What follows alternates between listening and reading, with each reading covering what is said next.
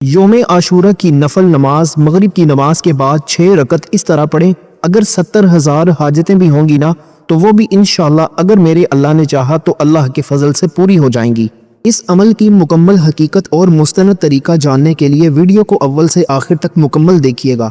دوستو یاد رکھیے کہ جو یوم عاشورہ کا مقدس اور بابرکت دن اور رات آتی ہے، اس عظمت والی گھڑیوں میں مغرب کی نماز کے بعد 6 رکعت نفل نماز خاص طور پر ادا کی جاتی ہے۔ میں آج کی اس اہم گفتگو میں انہی 6 رکعت نمازوں کا مکمل اور مفصل طریقہ بتانے والا ہوں۔ اس ویڈیو کو دیکھنے کے بعد انشاءاللہ کوئی دوسری ویڈیو دیکھنے کی آپ کو قطعی حاجت یا ضرورت نہیں ہوگی، کیونکہ میں ایک ایک نقطے کا مکمل طریقہ بتانے والا ہوں۔ دوستو ہر انسان کی زندگی میں ایک ایسا وقت ضرور آتا ہے جب سارے دروازے بند دکھائی دیتے ہیں، رزق کی تنگی ہو، قرض کا بوجھ ہو یا گھر میں اچانک آنے والی ایسی آفتیں جن کا کوئی علاج نہ ملے، انسان اندر سے ٹوٹ جاتا ہے۔ لیکن کیا آپ جانتے ہیں کہ سال میں ایک ایسی رات بھی آتی ہے جس میں کائنات کا پورا نظام بدل جاتا ہے؟ جی ہاں، 10 محرم یعنی یوم عاشورہ کی وہ رات جو بالکل ہمارے سر پر آ کھڑی ہے اور جو مغرب کا سورج ڈوبتے ہی شروع ہو جائے گی۔ اس مبارک رات میں مغرب کی نماز کے فوراً بعد پڑھی جانے والی 6 رکعت نماز کوئی عام نماز نہیں ہے، بلکہ یہ آپ کی زندگی کے 3 سب سے بڑے لاکس کو کھولنے کی غیبی چابی ہے۔ دوستو اس ویڈیو میں آپ کو ان 6 رکعتوں کو پڑھنے کا وہ خفیہ اور پریکٹیکل طریقہ بتانے والا ہوں جو آپ کو ہر قسم کی محتاجی سے نکال سکتا ہے۔ لیکن یاد رکھیے یہ عمل تب تک اثر نہیں کرے گا جب تک آپ کو یہ معلوم نہ ہو کہ ہمارے گھروں میں اچانک رزق کی بندش کیوں ہوتی ہے اور وہ کون سی 4 بڑی غلطیاں ہیں جو ہماری دعاؤں کو آسمان تک پہنچنے سے روک دیتی ہیں۔ آئیے سب سے پہلے بات کرتے ہیں اس پر اسرار بندش کی۔ دوستو ہمارے ہاں اکثر ایسا ہوتا ہے کہ ایک ہنستا کھیلتا گھرانہ اچانک بربادی کی طرف نکل جاتا ہے۔ کاروبار بہت شاندار چل رہا ہوتا ہے، دکان پر گاہکوں کی لائن لگی ہوتی ہے، لیکن اچانک سب کچھ ٹھپ ہو جاتا ہے۔ انسان پریشان ہو جاتا ہے کہ یار میں محنت بھی پوری کر رہا ہوں، دکان بھی وقت پر کھولتا ہوں، پھر یہ گاہک کہاں غائب ہو گئے، پیسہ آنا کیوں بند ہو گیا؟ دوستو کچھ لوگ اسے جادو کہتے ہیں، کچھ لوگ کہتے ہیں کہ قسمت خراب ہے، لیکن اصل میں یہ ایک ایسی پر اسرار بندش ہوتی ہے جو ہماری اپنی کچھ نادانیوں کی وجہ سے ہمارے رزق پر لگ جاتی ہے اور ہمیں پتہ بھی نہیں چلتا۔ اب بندہ سوچتا ہے کہ اس بندش کا توڑ کیا ہے؟ ہم جگہ جگہ دھکے کھاتے ہیں، لوگوں کے آگے ہاتھ پھیلاتے ہیں، لیکن حل نہیں ملتا۔ لیکن یاد رکھیں سال میں کچھ راتیں ایسی آتی ہیں جب کائنات کا پورا نظام بدل جاتا ہے اور اوپر والا خود آواز دیتا ہے کہ ہے کوئی مانگنے والا جسے میں عطا کروں۔ 10 محرم یعنی یوم عاشورہ کی یہ رات جو بالکل ہمارے سر پر آ کھڑی ہے، یہ اسی بندش کو ہمیشہ کے لیے کاٹنے کی رات ہے۔ اس مبارک رات میں مغرب کی نماز پڑھنے کے فوراً بعد آپ نے مصلی سے اٹھنا نہیں ہے، یہیں سے آپ کی زندگی کا پہلا لاک کھلے گا۔ آپ نے اس وقت 2 رکعت نفل نماز پڑھنی ہے جس کا نام ہے عمر کی برکت اور ایمان کی سلامتی کے نفل۔ دوستو اب کچھ لوگ سوچیں گے کہ عمر کی برکت کا رزق سے کیا تعلق؟ تو بھائی یہی تو اصل بات ہے جو سمجھنے والی ہے۔ جب تک آپ کے پاس تندرستی اور ایمان کی سلامتی نہیں ہوگی آپ کماؤ گے کیسے؟ اگر انسان بیمار پڑ جائے تو جمع پونجی ہسپتالوں میں نکل جاتی ہے اور رزق خود بخود بند ہو جاتا ہے۔ اسی لیے سب سے پہلے ان 2 رکعتوں کے ذریعے اپنی زندگی اور ایمان کو محفوظ کرنا ہے۔ ان نفلوں کو پڑھنے کا طریقہ بہت ہی آسان ہے۔ جب آپ مغرب کے فرض اور سنتیں پڑھ لیں تو اسی مصلی پر کھڑے ہو جائیں۔ اب کچھ لوگ کہتے ہیں کہ نیت صرف دل کا ارادہ ہے۔ چلو یہ بات اپنی جگہ ٹھیک ہے، لیکن جب تک زبان سے الفاظ نہ نکلیں دل کو تسلی نہیں ملتی۔ دوستو آپ نے اردو میں اس طرح صاف نیت کرنی ہے، نیت کی میں نے 2 رکعت نماز نفل عمر کی برکت اور ایمان کی سلامتی کے لیے، واسطے اللہ تعالیٰ کے، منہ میرا کعبہ شریف کی طرف، اللہ اکبر۔ جیسے ہی آپ اللہ اکبر کہہ کر ہاتھ باندھ لیں تو پہلی رکعت کا طریقہ یہ ہوگا، سب سے پہلے آپ نے ثنا سبحانک اللہم پڑھنی ہے، اس کے بعد ایک بار اعوذ باللہ من الشیطان الرجیم اور بسم اللہ الرحمن الرحیم پڑھ کر سورہ فاتحہ یعنی الحمد شریف پڑھنی ہے۔